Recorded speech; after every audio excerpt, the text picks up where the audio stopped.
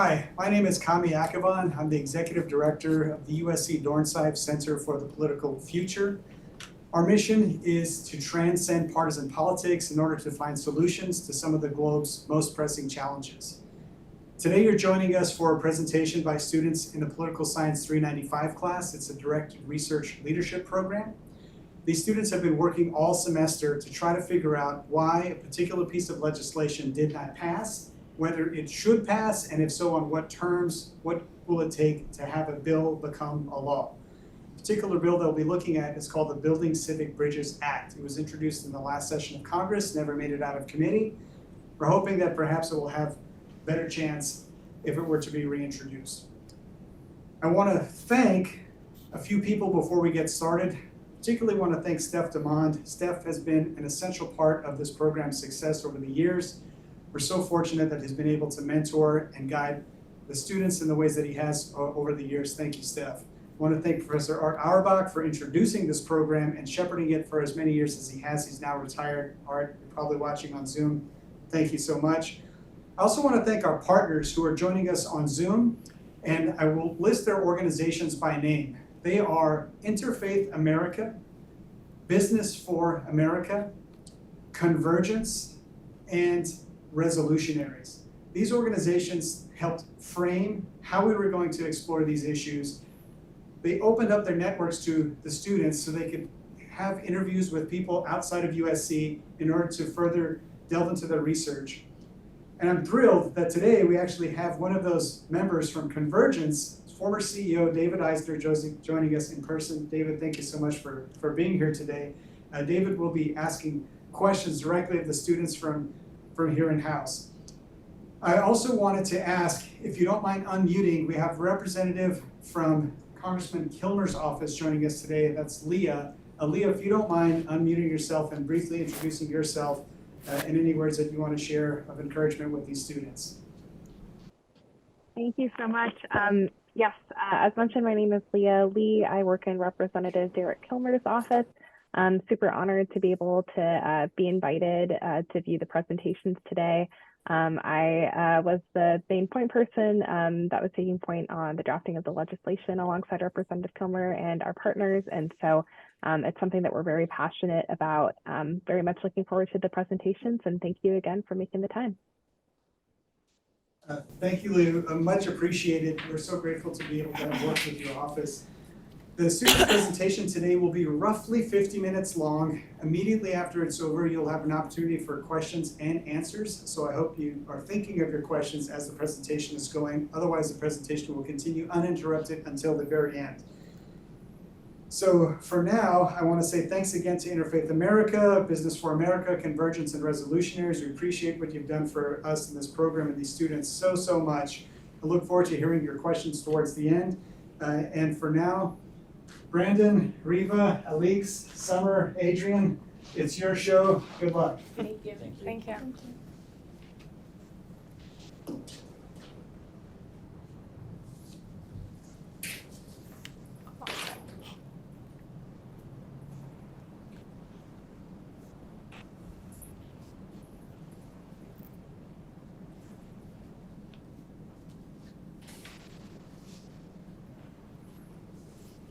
All right, hello everyone, and welcome again to our presentation. We want to thank you for taking the time out of your day to come listen to our analysis of the Building Civic Bridges Act. And just to reiterate Kami's sentiments again, we of course want to thank our partners for giving us this wonderful opportunity and for being such supportive partners across this entire semester. To introduce ourselves a bit, my name is Brandon. I'm a senior at USC majoring in political science with a minor in organizational leadership and management. My name is Reva. I am a sophomore majoring in political science. My name is Alix. I'm a junior majoring in international relations global business with a minor in legal studies. My name is Summer Salama, and I'm a senior majoring in political science.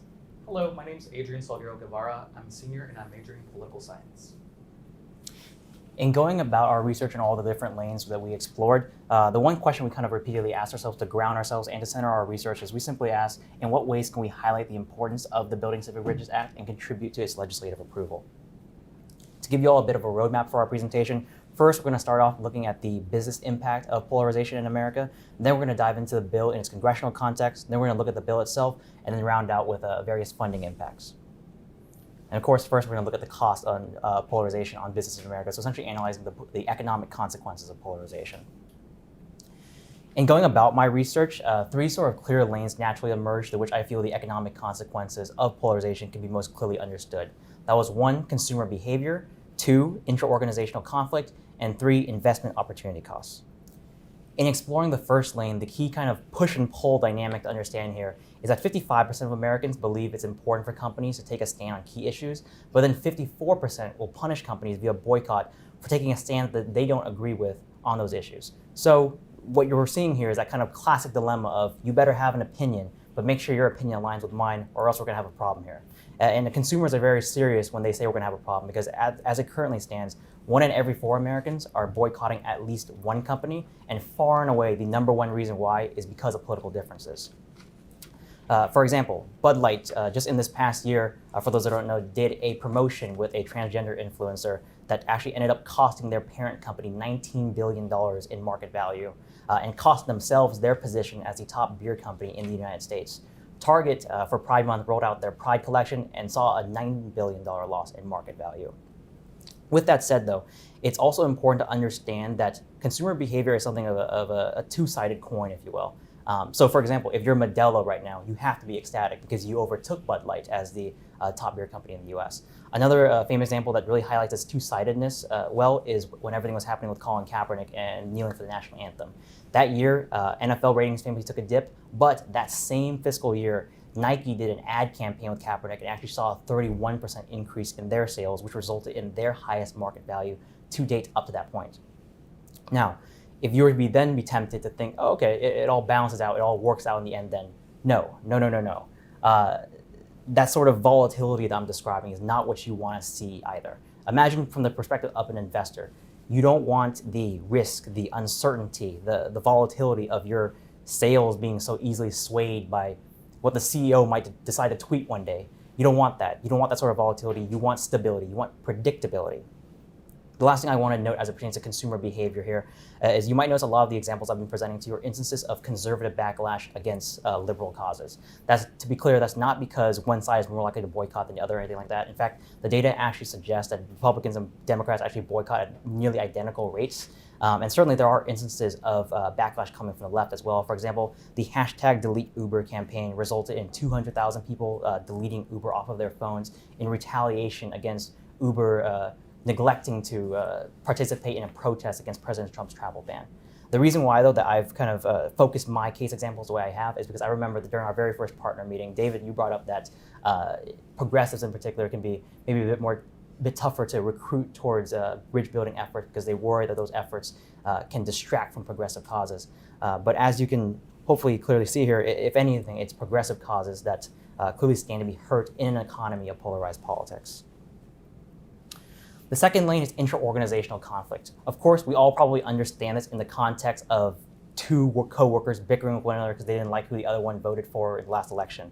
But another sort of interesting stream of thought that I wanted to introduce and highlight comes from an article in Forbes written by the CEO of a human resource development company, and she posited the perspective of politics not just as the crux or the centerpiece of conflict in the workplace, but also as a sort of undercurrent for conflict in the workplace. So all types of conflicts may arise, but it's hard for us to discern, and therefore we shouldn't underestimate which of those have a political or ideological origin or presupposition to them, if you will. As it stands right now, 42% of American workers report having had political disagreements in the workplace, and 40% go further to admit that those political disagreements have resulted in at least one negative work outcome. In fact, right now, 1 in 3 Americans admit to having changed their opinion of a coworker after discovering that coworker's political affiliation. And fortunately, when it comes to inter-organizational conflict, we will be able to nail down a bottom line number here. In 2008, there was a study that was done that found that on average, employees spend about 2.8 hours per week on conflict resolution, which ended up costing businesses $359 billion that year. In trying to extrapolate that to 2023, I wasn't able to find an updated cost estimate, but I was able to find out that 2.8 figure had jumped to 3.5 And so using the same methodology and assumptions as the 2008 study, I was able to place today's number at around $450 billion. And lastly, I just want to highlight one specific key example, because in all of recent memory, there's perhaps no instance of political conflict in the workplace gone more awry than that of Basecamp. Basecamp is and was a software company in Chicago, and in 2021, they actually enacted a policy that forbade political discussion of any kind in the workplace, and as a result, they actually saw 1/3 of their entire workforce just flat out quit. The third and final lane is investment opportunity cost. This lane primarily manifests itself in two different ways. In doing all the research I did, one of the things that became painfully and very quickly clear was how young and therefore limited this kind of field of research was. Almost all the academic papers I had the opportunity to read through either complained or were surprised by how little data there was already out there regarding this topic. With that said, though, and within that context, one of the most firmly academically established ways in which political polarization discourages investment is through the relationship I diagrammed for you on the slide there. The main thing is basically that political polarization presents a business risk. It's another variable to account for, and one that's rather unpredictable at that. And anyone that's taken an introductory to business class can tell you the more risk an opportunity poses, the less attractive it becomes. The second pathway is actually when businesses come into conflict with state governments. In exploring the previous two lanes, you might have noticed that we've looked at instances of kind of businesses versus the customer, businesses versus themselves from within. Now we're looking at businesses versus state governments. Take, for instance, what happened with Texas Senate Bill 1.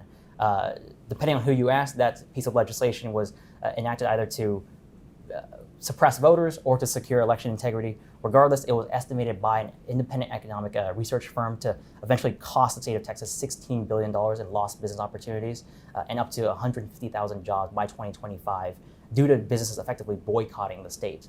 That might sound rather extreme until you pair it with data that suggests that actually right now 1 in 4 Americans are already unwilling to travel to states or countries that have policies or legislation they disagree with. So you can imagine if people are even unwilling to travel to these places, how willing they might be to do business there.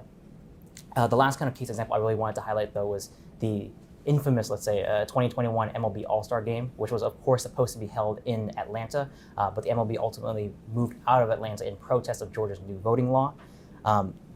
The economic impact of the move on Atlanta businesses was estimated to be at around $100 million, but it doesn't even end there because the MLB in return got slapped with a $1 billion lawsuit. Although they were able to kind of make that quietly go away over time, they also received a promise from Governor Abbott of Texas that no MLB All-Star games will be held in Texas for the foreseeable future. So that means that the league will miss out on that market opportunity for a number of years as well. Another reason why I chose this specific case example, because there's actually a connection to be had with the Committee on Education and the Workforce. Representative Lucy McBath, who sits on the committee, also happens to represent Georgia's 7th district, which is right outside of Metro Atlanta. So in wrapping up here, taking into account everything I just presented to you, as well as all the research I've done this semester, I would estimate the total cost of polarization on businesses in America to be north of $600 billion per year. However, in saying that, I do want to acknowledge again that this field is, again, very young, very limited, and frankly, there's not a lot of data out there about it. Frankly, even in talking about it right now, I can feel my blood pressure going up as I get flashbacks into how annoying and infuriating it was to kind of research. But in fairness to the people maybe attempting to research it, it is a very difficult thing to study because polarization manifests itself in so many different ways. It's hard to be robust enough to account for all that. It's also scientifically just very difficult to kind of isolate for, but looking at it more optimistically, all that has to mean is that there's tremendous opportunity for future research, which is why I strongly recommend that Convergence, Interfaith, Business for America, Resolutionaries all collaborate once again to commission a high-profile, academically advanced, I would guess, meta-analytical study. For those who aren't familiar, a meta-analysis is essentially when you take findings and data from various different external sources and kind of piece them all together to arrive at the findings you're specifically interested in. If you notice in splitting my research into the 3 lanes I did, I kind of engage in a bit of that as well. So essentially, I'm recommending that they team together to commission a more advanced version of the work we've already began here. I've also gone ahead and listed a few names there that I think of people who could potentially be interested in getting involved with that. I think Business for America is already very familiar actually with Dr. Perryman. It's funny because I remember at the beginning of our project, Hami joked that by the end of it, I'd be one of the country's leading experts on this topic matter. I think these are the people who I think are the actual leading experts in this topic matter, and again, who I think would have interest in such a study, like the one I'm recommending. Lastly, I just want to make the point as well that I think the results and findings of that study has value not only in terms of the knowledge it could contribute to the literature, but almost as a political or strategic tool itself. If its results, its findings have sufficient hype, let's say, if you can make it make headlines, I think that kind of attention could garner a lot of certainly press, but also momentum and energy and pressure on legislators even to more strongly consider bridge building efforts such as the BCBA. I know we talked at one of our early partner meetings about the lack of media attention surrounding the act the first time around. I think we have a real opportunity to change that the next time around. And with that said, I'm going to pass it off to Alix. Thank you. As Brandon has mentioned, polarization is becoming more and more of an economic and social political issue within the US. And we believe that the BCBA, so the Building Civic Bridges Act, would be a great way to start tackling this issue within the United States. So what I'm going to do is I'm first going to go through a timeline of the BCBA and its relation to Congress. I'm then going to illustrate a few examples of precedents of international efforts of the federal government on bridging, to then kind of do a more logistical analysis of how to get the bill passed. I'm focusing on the Workforce and Education Committee as of now because this is the first step to getting it passed through Congress. But this research could then be furthered into the different steps of the passing process. When it comes to the history of the bill, I think the first point to talk about is the National and Community Service Act. This is important because it created the Corporation on National and Community Service, which basically englobed AmeriCorps, Senior Corps, and Learn and Serve for America. This is important because the BCBA would amend this act in order to create the Office of Civic Bridging within AmeriCorps. Then on the 25th of February 2022 is when Representative Kilmer first introduced the BCBA into the Workforce and Education Committee. There was no vote because at the time there was a disagreement regarding, one of the reasons was there was a disagreement regarding AmeriCorps' past auditing history. For the purposes of this presentation, we're going to assume that these differences are going to be resolved by the time it's reintroduced in the 118th Congress prior to the November 2024 elections. I just want to point out a few examples of precedent of the federal government acknowledging the need for bridging abroad. The first one I'm going to talk about is the Aga Khan Foundation, which partners with civic actors around the globe in order to help promote inclusive communities. What's interesting about this foundation is that some of the official partners are the USAID, the US State Department, and the Department of Agriculture, showing that the US government is funding and supporting these types of initiatives.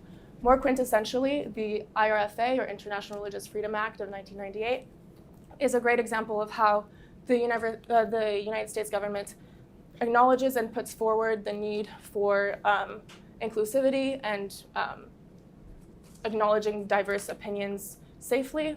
What's interesting with this is that the IRFA makes all of its federal agents overgo programs and trainings on religious freedom and religious prosecution. And finally, and I think most importantly, the National Endowment for Democracy, first introduced by President Reagan, is, I think, the ideal example of how, for the past 30 years, more than 30 years, the federal government has been funding initiatives abroad to try to help civil societies speak and communicate about issues where they feel differently in a peaceful manner. And to go with that, I think it's, when looking at the NED mission and the BCBA mission, I found that both the how and the who of both of these initiatives are quite similar. One is just abroad and one is nationally. So this just highlights how the federal government knows that there's a need for bridging and has been doing it for more than 30 years. With the NED, I believe the federal government has funded more than $300 million worth of initiatives abroad. And this is concerning as there's a complete gap of this type of funding initiative within the United States. This, as polarization is growing in the US. In 2022, an NBC poll found that 70% of Americans believe that America has become so polarized that it can no longer solve the major issues facing the country. So there's a definite gap here, and this gap we're hoping to start closing through getting the BCBA passed. Now I'm going to start doing a more logistical approach of how to get this bill passed. It's going to be in two parts. The first is going to be through explaining a review I did on the members of the Committee of the Education and Workforce. And then the second will be through tackling the main contention points I found in regards to the BCBA. So what I did for this is I created profiles for every single member of the Committee on Education and the Workforce through looking at their districts, their political agenda, recent bills they may have sponsored or voted on, and just if they've been outspoken about a certain topic. And this has come to this conclusion. Just for time's purposes, this is only the Republican side of the committee, but it could easily be done with the Democratic side, and I believe there would be even more maybes and yeses, just from what I've seen from my research. But as you can see here, a large majority are maybes, meaning that there's a lot to be done within advocating for the BCBA bill in a way that would be effective and push it towards being passed. Just as little examples, I put an example of how I kind of distinguish between if I think representatives would be likely to vote for or against or are undecided regarding the bill. These two representatives, for instance, have both denounced the federal government for having too much power over local decisions within education and civil rights, or have had negative views of bipartisan efforts in the past. However, it's important to notice that most of the members are in this category, and this is kind of like the nitty-gritty, what's interesting and can actually help us in passing this bill. They've all either sponsored a bill or have had an initiative or in their agenda states somewhere elements that could be linked to the BCBA mission. For instance, Oregon 5th's representative introduced a rehabilitation bill for homeless people, or Utah 4th's representative founded a nonprofit for incarcerated youth. So, however, if we really want to be able to advocate for this bill effectively and ensure its passing, we need to be able to tackle headfirst the biggest points of contention of this bill. I've divided them into two, even though I know we could definitely make it more complex, but I thought this was the easiest way to kind of illustrate the contentions between AmeriCorps and the conservative vote. In regards to AmeriCorps and its issues, I think the first and most important aspect of getting this bill passed is to highlight the logistical benefits of housing the committee in AmeriCorps. Some of these examples include accepting private funds, which would be very helpful also for getting fiscal conservatives on board, because less taxpayer dollars and more funding initiatives because of the private funding. They also already have a granting mechanism in place, which would create way less hassle. They also are not within the communities, which would promote inter-community work instead of intra-community work, which already in itself is a sort of bridging initiative. And then also better accountability, already has a report system in place and would facilitate acquiring data about how well the initiatives are going, and if we're, as you're gonna see in the next parts of the presentation, there's a need for more data on this source. Secondly, I think that something that could be done in order to alleviate some of the concerns regarding AmeriCorps being too hyper-progressive as an agency would be through promoting BCBA as a tool to change AmeriCorps. And one way that we thought this could be pertinent is through creating a quota system. I know that in the last draft of the bill, there was a lot of oversight mechanisms that were put in place, such as the USGAO annual reviews or like a peer review system. But I think it'd be really interesting to add to that or emphasize in the language of the bill that there would be a need for a certain number of both conservative-leaning and progressive-leaning initiatives to be funded. Kind of continuing on to that, and the oversight mechanisms, I believe that one of the main issues is going to be getting conservatives who believe that the federal government shouldn't have a lot of power over local initiatives on board. I think there's two ways to do this.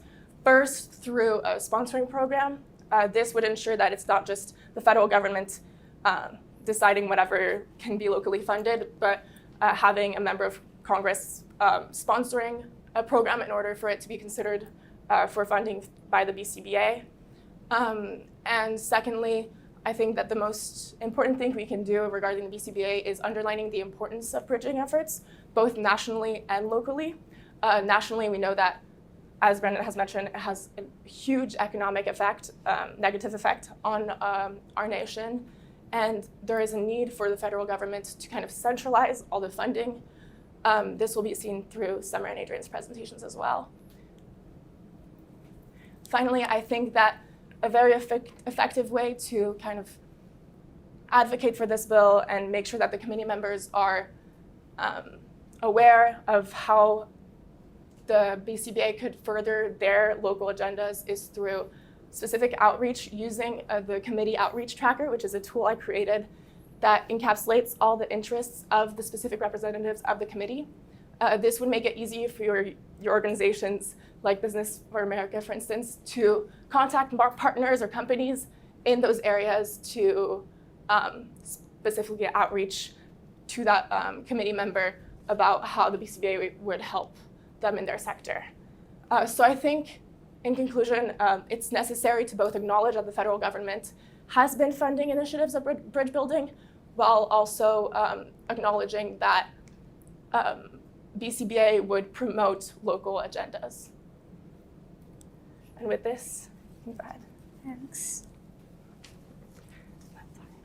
So this next section of our presentation is going to look at the bill in its present form and attempt to identify its weak links, expanding on the points of contention that we looked at earlier and ending with recommendations of how we can begin to overcome these shortcomings in viable ways. We began by looking at the language of the bill and exploring the question of whether parts of the bill can be reframed and rewritten in a way that better appeals to a more broader group of legislators. The biggest resource we have to draw on here is SPACE's Civic Language Perceptions Project, which was a large-scale research initiative that used survey data to try and understand the American people's perceptions of the kind of language associated with civic engagement and democracy work. To that effect, PACE published a report entitled America Plus Civic Language, which detailed all of their findings from this comprehensive study, some of which have important implications for the success of this bill, and then went on to publish a follow-up report entitled Civic Language Guidance Wisdom from the Field, which then outlined action-oriented solutions to the challenges that were identified in the initial report. These are just a list of the terms that were surveyed in the study, and as we can see, this study is incredibly relevant to the BCBA because a lot of these terms, including bridge builder itself, is directly a part of the civic bridge building jargon. This is a chart that summarizes people's attitudes towards these terms in the surveys. As we can see, bridge builder is near the bottom of this chart, which means that people felt closer to negatively perceiving a word like this. Words that included civic or civil in the title also fared similarly poorly. This is more quantitatively illustrated in the graph shown up here, which analyzed two words, bridge builder in the left panel and unity in the right. We can clearly see the differences in perception between these two terms and how when bridge builder, when compared to a word like unity, just lacked the same universal appeal. Another problem that this report highlighted was that certain words tended to be favored by certain groups and not others. Bridge builder is a good example of this, and we can notice from this graph that Americans of historically dominant identities tend to favor civic terms like bridge builder. So whites, upper class, urban respondents, liberals. Again, when you compare this to a word like unity, you can see how this word just appeals to a much more diverse set of Americans. So based on PACE's new report, the recommendations we can consider incorporating when it comes to potentially restructuring the bill, I've summarized them up here. Firstly, We can consider including language that is already in people's vocabulary. So replacing in certain places words like bridge builder and civic engagement with words like unity and justice, which performed better in the surveys. If we use words like this that suggest first principles, like liberty, like justice, like unity, democracy, the report showed that it would serve as more of a basis to bring diverse Americans together, because these values have such far-reaching support that they have the potential to transcend ideological associations in a way that a relatively newer word like bridge builder can't. Secondly, to try and appeal to broader audiences, we can consider pairing words together that appeal to opposite groups. So this would mean using a word like democracy, which is rated more positively by liberals, Democrats, working class, and urban respondents, upper class, sorry, with a word like liberty, which is rated more positively by the exact opposite set of people.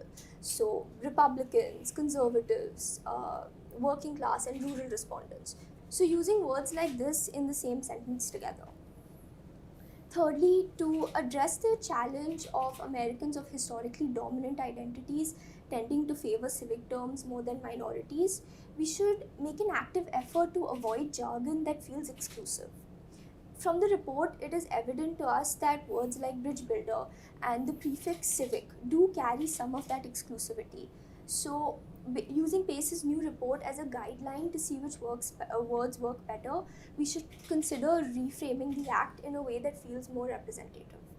These recommendations would, of course, be careful to not tamper with the essence of the Act. It would just be some strategic wording that would just subliminally appeal better to the naysayers. Coming to the next part, I thought of preparing ahead for a scenario where maybe the BCBA is not able to get out of the committee, or maybe it gets out of committee and then it doesn't pass by both houses. So in that scenario, what our next steps forward would be? There are chiefly 3 alternative methods of implementation for the BCBA, but of these, what our most viable option is incorporating it into a larger bill called an omnibus bill. So an omnibus bill is treated as a single legislation in that it is accepted in a single vote by a legislature, but it actually packages together multiple measures and combines diverse subjects. Omnibus bills are typically easier to pass because legislators just find it easier to vote on certain multiple measures collectively than the measures on their own. And obviously, because of their large size and scope, omnibus bills inherently limit opportunities for debate and scrutiny in Congress. Even more than that, I found that historically, omnibus bills are often used in case of funding provisions for different federal departments or agencies, which is exactly what the BCBA is doing with AmeriCorps. The most recent example of contentious provisions passing by incorporating it into an omnibus bill is the Biden administration's Build Back Better Act, which passed in 2021 despite vociferous Republican opposition. Interestingly, one of the provisions of this act actually did call to inflate the funding of AmeriCorps from $1 billion, which is where it's at currently, to about $15 billion. Unfortunately, this provision ended up being dropped in negotiations with Republicans, but still remains a chief priority for many Democrats. In fact, most recently, over 50 House Democrats led a letter to the White House calling for executive action that still enforces this provision. So we really have a chance here to leverage the momentum for this cause and lump in the BCBA with the next omnibus bill. This next part is based off of a prospective criticism that we identify to the BCBA, is that it maybe reads as too idealistic. Legislators could question whether the outcomes of bridge building efforts can even be objectively measured, and whether the Office of Civic Bridge Building, when established, will even do any meaningful work that makes a difference. The assurance of qualitative and quantitative outcomes to bridge building efforts could go a long way in assuaging legislators and just overall strengthening the BCBA and making it more likely to pass. We began this process by looking no further than existing bridge building organizations in the United States, the work that they do, and if at all they are able to measure the impact of their work. Luckily for us, we found that bridge building organizations already do have incredibly sophisticated evaluative frameworks in place that they are using to measure the impact of their work. Some of these include the Strengthening Democracy Challenge, the Social Cohesion Impact Measure, field level RCTs or randomized control trials, and research. So as we can see, the bridge building field is already equipped with a whole host of academic as well as non-academic resources that they're currently collaborating with to conduct research. And these are just some of the organizations up here that are a part of this incredibly vast research network. What this demonstrates to us is that the bridge building field is already very well equipped, and the Office of Civic Bridge Building, when established, will not be operating in a vacuum and will have no dearth of academic resources and connections with which to work. Through the case study method, we analyzed the analysis tools talked about earlier, beginning with the Strengthening Democracy Challenge. What this study did was use a combination of social science instruments to measure the impact of various bridging intervention methods on variables like the participants' level of expressed partisan animosity, as is depicted in the graph here. And they were able to do this with tremendous success and successfully identified 23 out of 25 promising intervention approaches. Then we come to the SCIM, which is another analysis tool, specifically a survey platform that is also being used with great success to measure the impact of bridge building work. Most recently, programs like America Talks, Bridge USA, and Meeting of America were able to successfully leverage this tool to find statistically significant results to their bridge building efforts. So, the good news emanating from these case studies and our key takeaway here should be that bridge building efforts can be objectively measured and be shown to deliver statistically significant outcomes. So the idea now is capitalizing on and taking advantage of these tried and tested tools of analysis to really debunk any lingering misconceptions that bridge building is too idealistic, too theoretical as a concept. In fact, as a matter of fact, as Alix mentioned, one of the provisions of the bill, specifically in Section 2, calls for a GAO report to be submitted to Congress that would assess the activities of the Office of Civic Bridge Building. This is precisely where we can make use of these analysis tools like the SCIM, like the Strengthening Democracy Challenge, to really prove to Congress that bridge building efforts are and will continue to deliver in statistically significant ways. And on that optimistic note, I'm going to pass it over to Summer. Thank you, Reva. Hi, everyone. So I'm going to be presenting the macro aspect of funding. I will be presenting 3 different case studies, exemplifying 1 state bridging program as well as 2 federal programs. So this is a general roadmap of what I'm going to be presenting. So the first question I want to answer is, what kind of types of funding are there that exist? And second, where is this funding going? As well as existing federal programs and a state program as well that constitute a specific bridging program. So these are the 3 case studies that I will be presenting. The first one is a state bridging program, the California Climate Action Corps. And then the 2 federal programs, the Department of Agriculture, as well as the Department of Homeland Security. So to break it down, I want to level it up to 4 different aspects of bridging programs that there are. So the first is the federal program, and this federal program works alongside with Congress and general funding, and that's the main type of funding that they receive. So examples of federal programs are the Marine Corps, Homeland Security, as well as the Department of Agriculture, 2 of which I will be presenting. The second are state programs, so varying from state to state necessities and their focus. So like the DMV, the California Department of Motor Vehicles has varying laws compared to other states. And then you have the city and council bridging programs that focus on the different varieties of necessities that county needs and it is implemented. So for example, the Metro or the LA County Restoration, it focuses on the general necessity of LA County. And then when it comes to community and local level, it focuses on what that demographic needs and focuses their efforts on that. So first is my first case study, the California Climate Action Corps. So they receive their funding in 3 ways. One, the volunteer infrastructure, which is a competitive application where different states apply for it. And so the California Climate Action Corps just submitted their application, and in hopes of receiving $850,000 amongst a 12-month period to use to climate action, for their fundamental necessities and their program. So the California Climate Action Corps actually runs under the California Volunteers and Office of the Governor. They receive funding from the General Fund, which is Congress, and so annually they receive $4.7 million within that annual fee from Congress. And lastly are from grants. And so these grants come from local assistance. And so this year they received $3.9 million. And so where do these fundings go? These fundings go to their employers as well as the specific programs that they push their efforts for.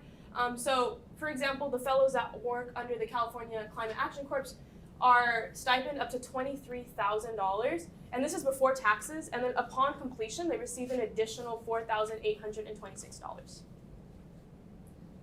Now, this is my second case study. This is the U.S. Department of Agriculture. Their main funding is coming from the President Biden's bipartisan infrastructure law. So this is a little graphic just demonstrating where the money is actually going to. So this year, President Biden gave out $1 trillion, and so this money goes to things like repair and rebuild Colorado bridges, water efforts, repairs to rebuild Colorado roads, things of that nature, and that's where the money is received.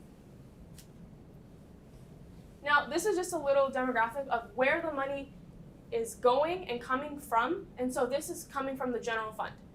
Like I said before, the General Fund is Congress. So Congress gave this specific case study $502.76 billion, and within this budget, they were able to spend $205.38 billion. And this goes to around 22 subcomponents, so things like the Food and Nutrition Service, Forest Service, things that fall under the Department of Agriculture, and that's where the money is actually going. Next slide, please.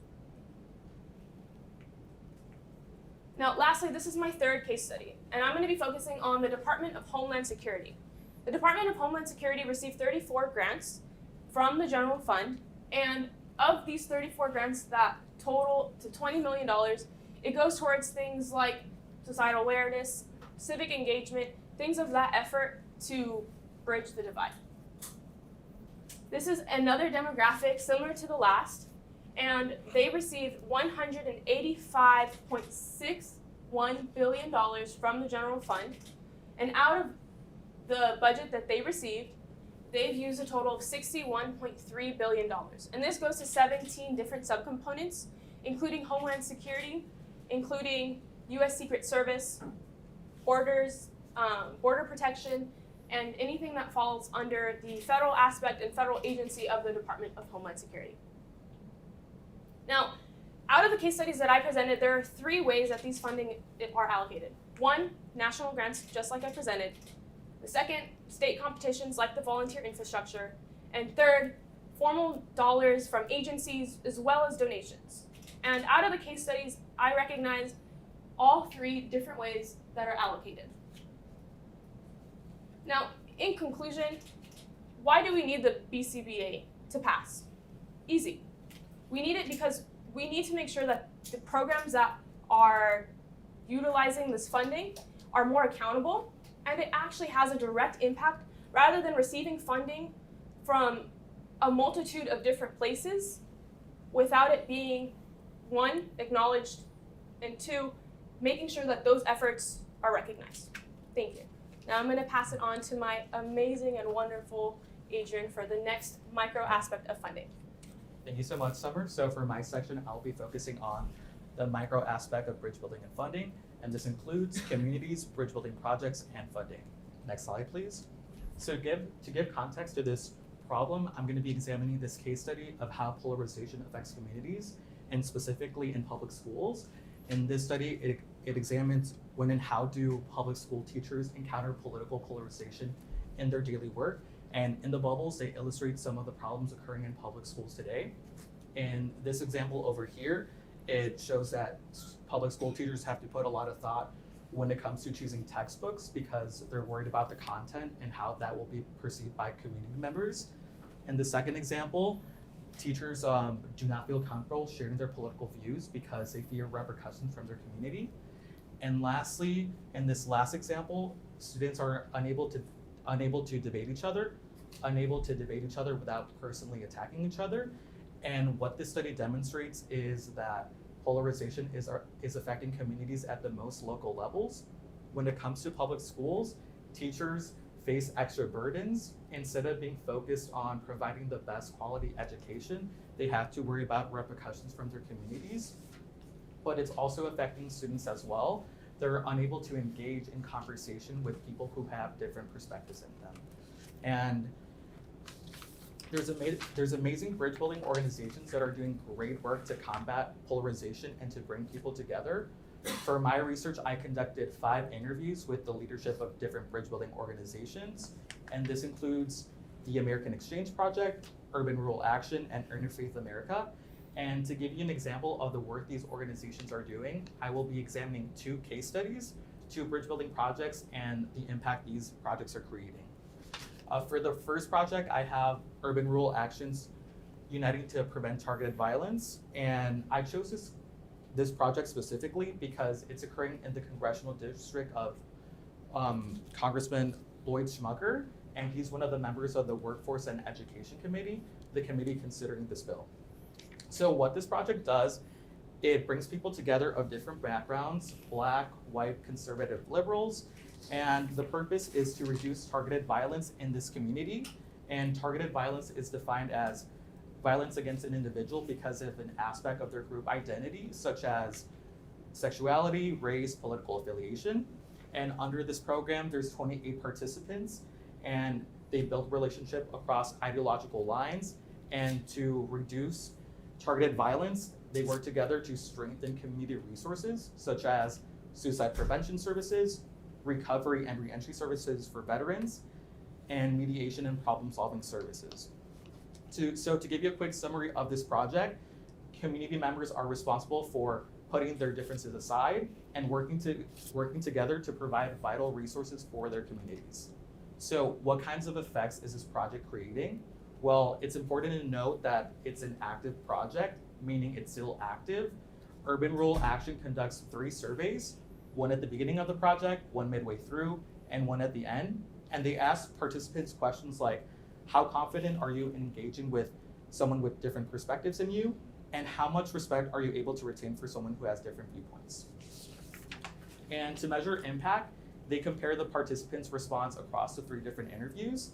And just like I mentioned, the project is still active and barely approaching the halfway point, so there's still no numerical data regarding the impact this project is creating. However, there is testimonial data.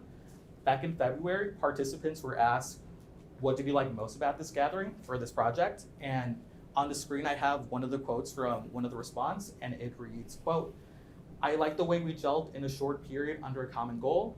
I'm looking forward to the impact we'll have on our community. Other responses include meeting people from diverse backgrounds and finding common goals that will improve communities for everyone. And lastly, how willing and open everyone's sharing is. It helps to better understand each other and understand and recognize their perspectives. So to summarize, this project is already creating a positive impact. It's reducing divides within this community, and community members feel confident and able to put their differences aside to accomplish a goal. And with that, I'll be transitioning to my second case study, which is the American Exchange Project.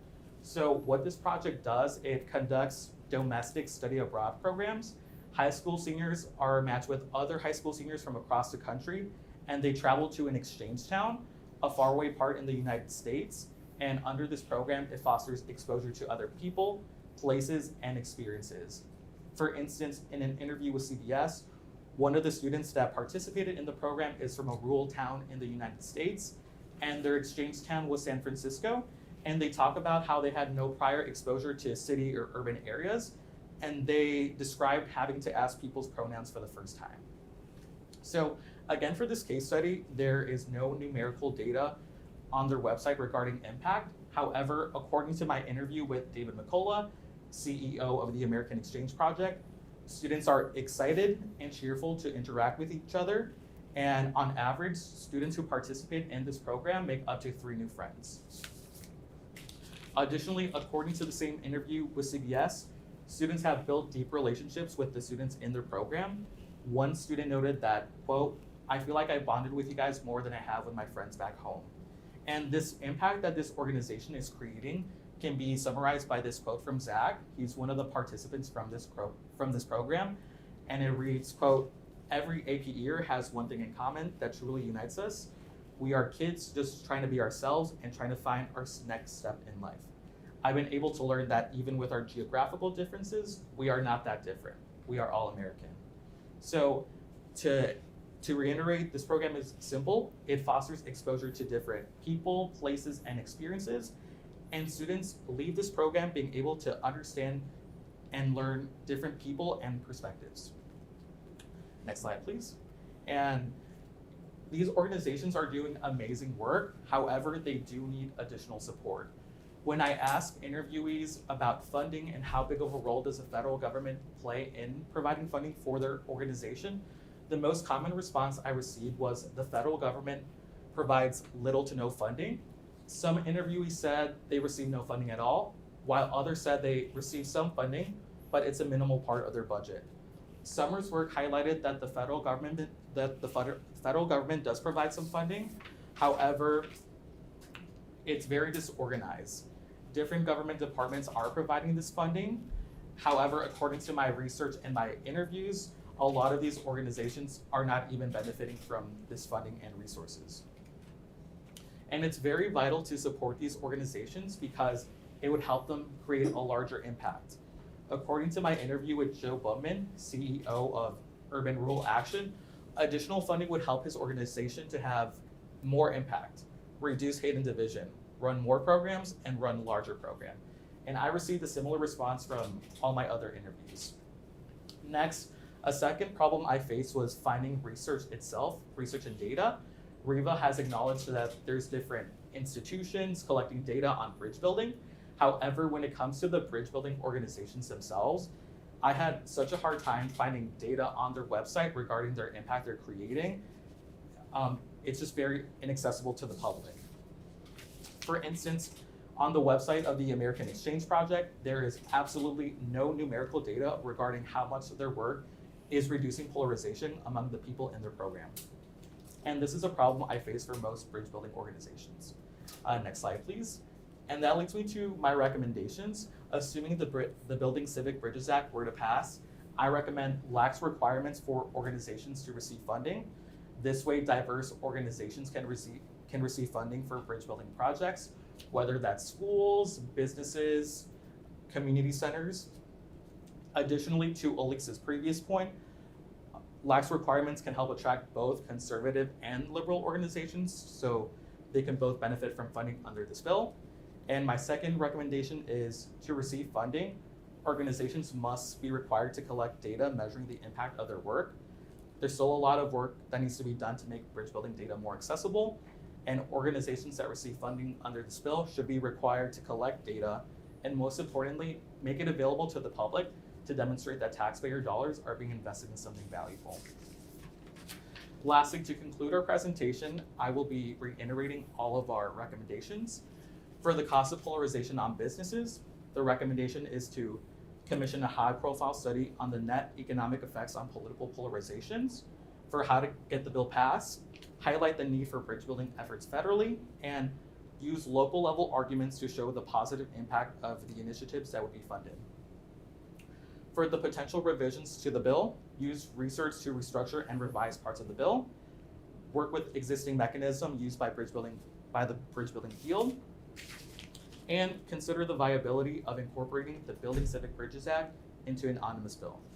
For the macro aspect of bridge building and funding, direct funding through the Building Civic Bridges Act to disperse among organizations and programs directly. And take accountability to have a direct impact on all programs. And lastly, for the micro aspect of bridge building and funding, lacks requirements for organizations to receive funding, and to receive funding, organizations must collect data measuring the impact of their work. And with that, that concludes our presentation. Thank you so much, everyone, for listening to us today.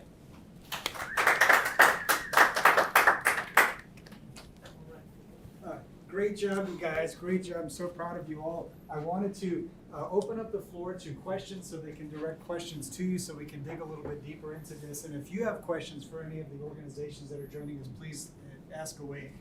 If I can, I wanted to use a point of privilege just to honor the person in the room, the former head of AmeriCorps and former CEO of Convergence. David, if you have a question, please kick us off, and then I will go straight to Zoom, so I'll get out of the way and you guys can lead the Q&A from there. Thank you. Sure. I think the mic's right. I am overwhelmed and thrilled by what you guys have done. I hope you're feeling terrific. You sure went through your presentations great. Thank you. And the underlying work is extraordinary. With just a little exceptions, there was a lot of desire for more information by all of you. Do you have a specific, have you discussed amongst yourselves whether there are particular pieces of data that if the bridging space was able to focus on and deliver would actually help across your lines across your lanes? Is there particular pieces of information? One of the things that I noticed was that there's between the microfinance and some of the macro stuff, there's some really interesting places where we need to figure out some of the intersections around what the financial impact of getting it done would be, but also what the cost of doing the anti-polarization work is, because it's actually, it would be a net benefit. You can't only look at the total cost of the problem. So my core question is that have you identified one kind of information that all of you would benefit from? I can speak for myself. In my opinion, I think far and away the single value that would be most valuable is to get down a precise exact number of polarization is costing the American economy this amount of money. I think just having that sheer number, and I would guess it's going to be a pretty gargantuan, shocking number, I think that can really define the conversation on polarization. And also because it's financial and it's economic and it's quantitative in nature, I think it's a language that everybody kind of speaks. Absolutely. And to add on to Brandon, I think if we have that number, then we can specifically see the differentiation between, like Adrian's aspect of funding and where it goes on the local aspect versus state and federal, so that we can allocate that funding amongst the programs that are going to be under the BCBA, just so that we can have a more qualitative impact and it actually be effective, rather than just throwing out a bunch of numbers to a bunch of different programs and it kind of just be messy. Yeah. Thank you. And one place where mine and Adrian's research had also intersected was the need for more data from bridge building organizations to, measure the impact of their work in more quantitative ways. So, I would say for my section, the testimonial data was very valuable, because when it comes to a lot of fields, there's a lot of focus on numbers, but a lot of the times it's also important to focus on the communities and how these policies are affecting them on the local level. Thank you. Yeah. Thank you. Thank you.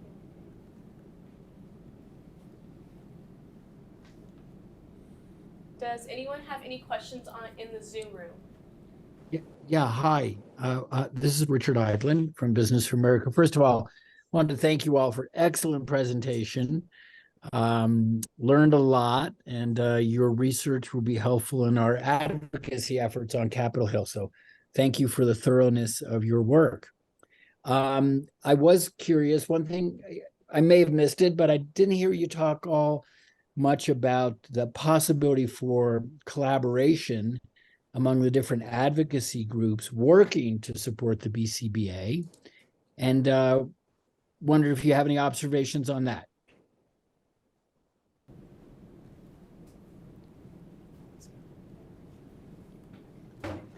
Yeah, I talked about all the academic institutions and the non-profit organizations in the country that are currently collaborating with bridge building organizations to conduct research, to better measure the impact of their work.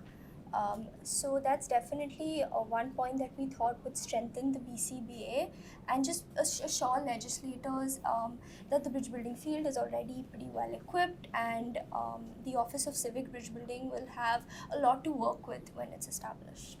Yeah, in addition to that, I think that with the committee outreach tool that I presented very quickly, a way that I see this working out with the tool is your organization's using it as kind of to pinpoint the different interests or agenda points or maybe even industries of the specific districts of those committee members, and collaborating then on a local level with maybe partner organizations or even businesses or schools to kind of create more noise around the bill, because I think that's something that we all agree on, is that there's a need for more noise, and that comes through local partnership and through more significant quantitative data. Great, good. That makes sense to me. Thank you. Hi there. This is Becca Hartman-Pickrell from Interfaith America, and want to echo the gratitude for all of the incredible work and the presentations, the thoughtfulness, the way it all wove together. Really appreciate all of the work behind this. I think one of the interesting connection points that I saw in the presentations was helping to make something that can sometimes feel amorphous really tangible to people in ways that matter in a local context. I appreciated especially bringing in some of the examples of what this actually looks like on the ground and the places where we're feeling tension, not only in the pocketbooks, but also in the local classroom. So I wonder if you have, if you came across any places where people in communities were feeling this and expressing the need for this. We see the need for it. You've already articulated some of the ways that you think some of the committee members see the need or could be convinced of the priority of the need for it. But have you found that others are making these connections? Because we see the connections, but something is missing, right? Are others, are sort of community members making the connection between the power of the bridge building work, the tension they feel in their communities, and the role the federal government could play in supporting that? Trying to articulate my thoughts here. I'm not sure how, I'll say this, I'm not sure how the projects occur in the first place, like if community members ask for these projects to be implemented in their district, in their communities. However, I do know that once these projects are implemented, they are having a positive impact. For instance, from the urban rural action example, after this program has been implemented, although it's still going on, it's already helping communities reduce polarization, get along, and reduce some targeted violence in their communities. And echoing on that point, when we interviewed Joe Bubman from Urban Rural Action, he said that it was important that they receive the funding to implement it so that it is effective. So we do see on a local level that it is needed, and that a lot of programs right now that are existing are struggling to make sure that what they want, or what the community needs, can actually be funded and implemented. And they obviously need to fund and give money to their employers. How else are they going to get the money? So on a local level, it's definitely needed, and I think that's what the BCBA will end up doing. Hopefully that answers your question. Thank you.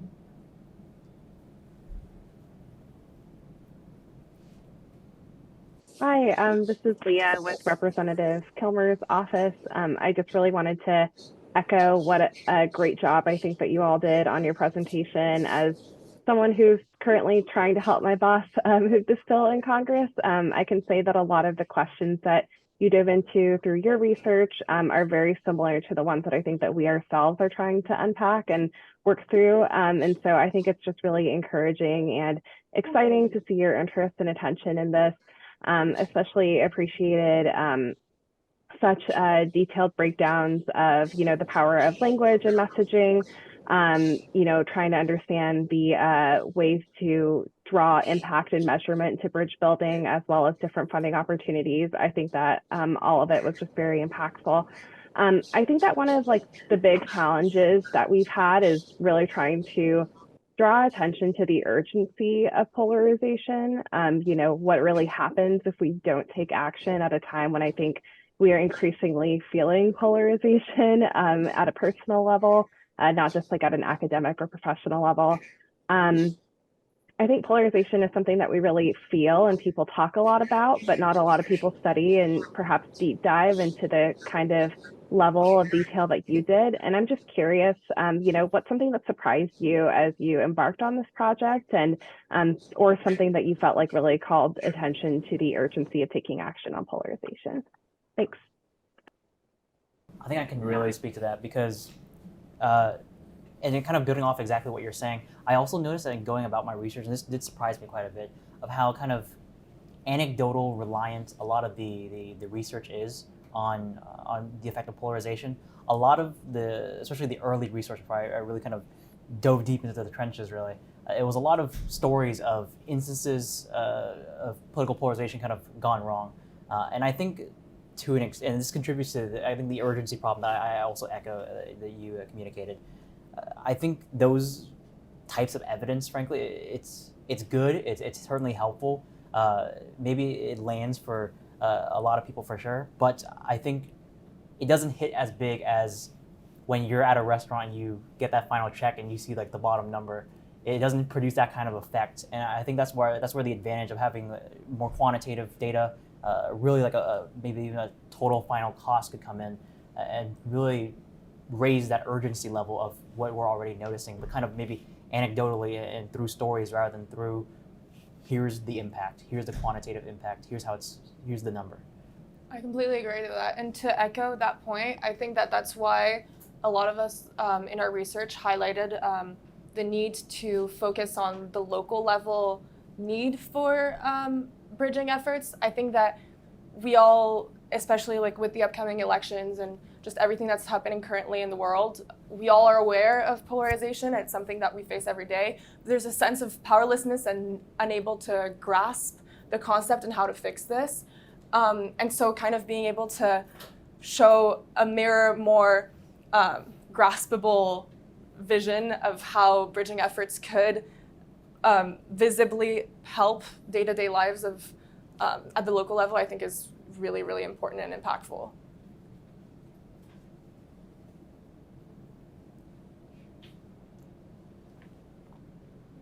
I believe Chip has a question. Yeah.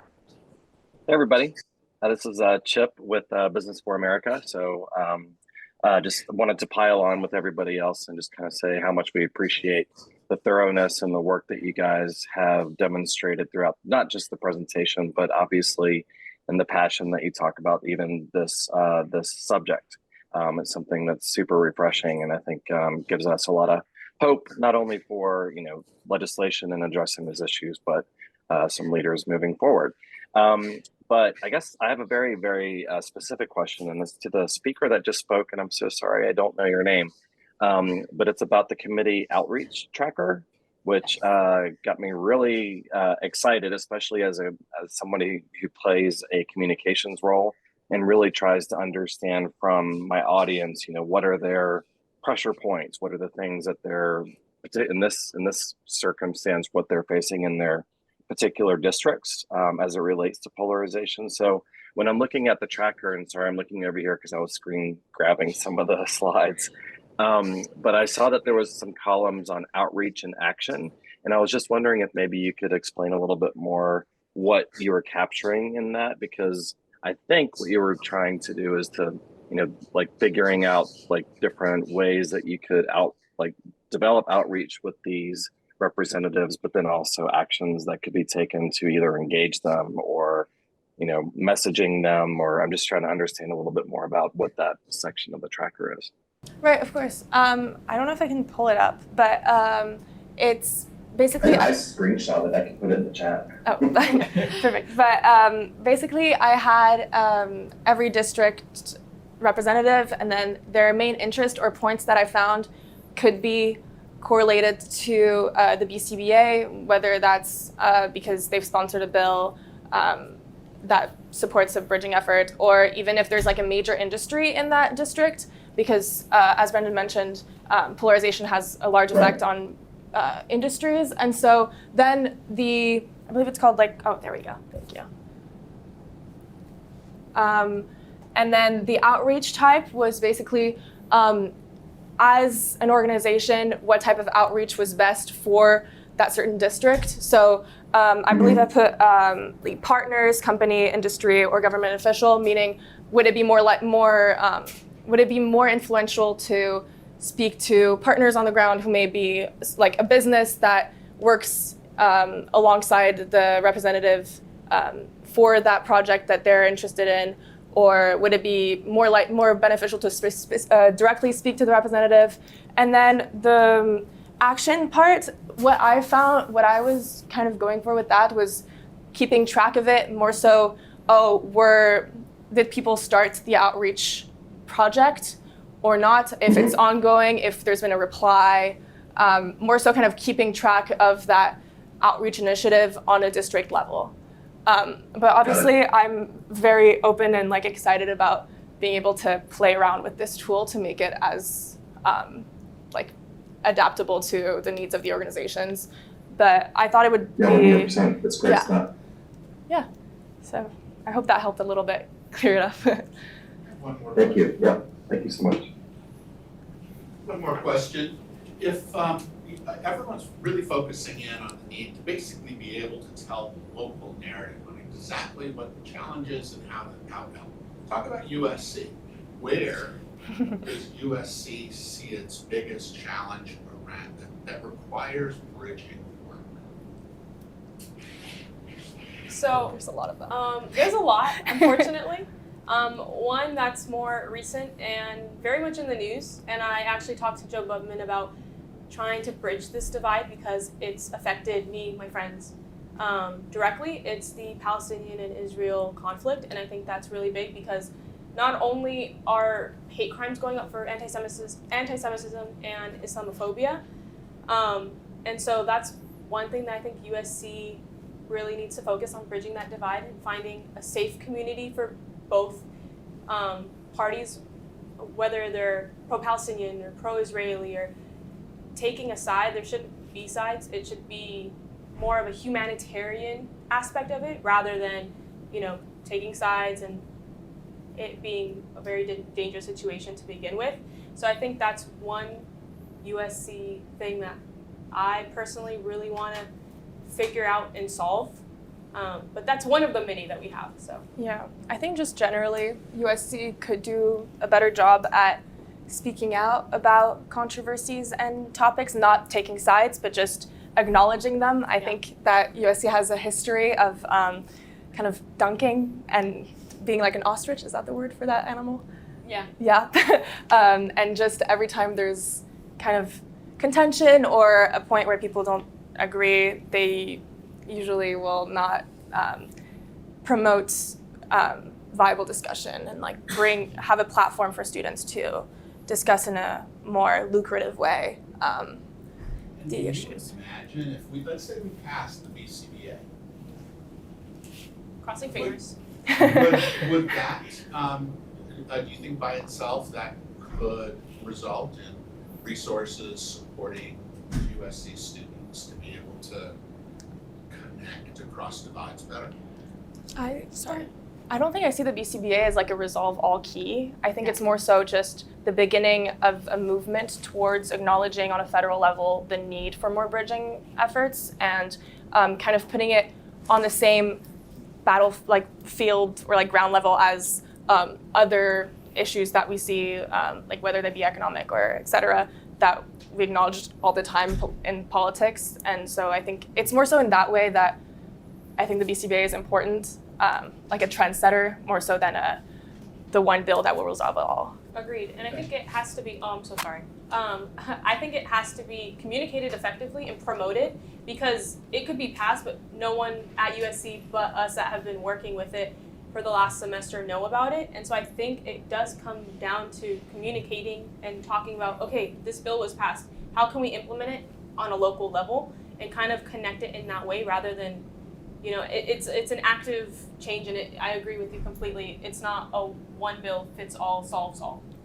Thank you. Those are very inspiring answers, and I would just encourage you, if it interests you, that once you're done with the academic piece of this work, that you come together in an extracurricular frame and say, okay, what did we just do that we would love to support the university with? And take your findings and the research and some of your recommendations and share with Kami and the administration. Here's what we think this potentially could be for USC. I think that would take what you've done and pop it up a level. Oh, really quickly, I want to add a point to your question. So I slightly touched on this. So for one of my recommendations, it was lax requirements for organizations to receive funding. And the idea behind that was if an organization like a USC department wanted to do a bridge building project, they could go through the Building Civic Bridges Act to receive funding for whatever community project they wanted to here and to fit whatever needs or what problems the community wants to solve over here. Thank you. Yeah. Thank you.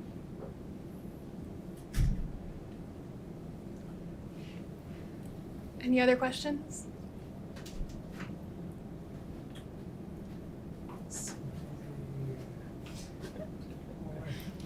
Well, folks, we were able to take questions from Dave Neisner. Those were great questions, Dave. Thank you for asking those. And you got to answer a lot of the questions from our Zoom audience. And so with that, I want to make sure that there's an opportunity. If there are any more questions, if not, we're going to wrap. I'm going to look at the Zoom screen one more time. If there's any hands raised, unmutes. Okay. Well, with that said, the students are accessible. You know how to reach them. You've been working with them all semester. Good job, you guys. I'm so proud of you. You did such a terrific job. Appreciate all the effort that you put into this throughout the semester. And with that, I want to once again thank our partners. Thank Interfaith America. Thank Convergence. Thank Business for America. Thank you, Kara, with Resolutionaries. I saw that you publicized the event to your entire audience, and we're so grateful for that. Hopefully, we can do something more with the BCBA specifically, and if not just in general. We've all learned a whole lot about bridge building, pros and cons. We all want it to work, but we also recognize its limitations even better today thanks to your efforts. So thank you very much for this very important work.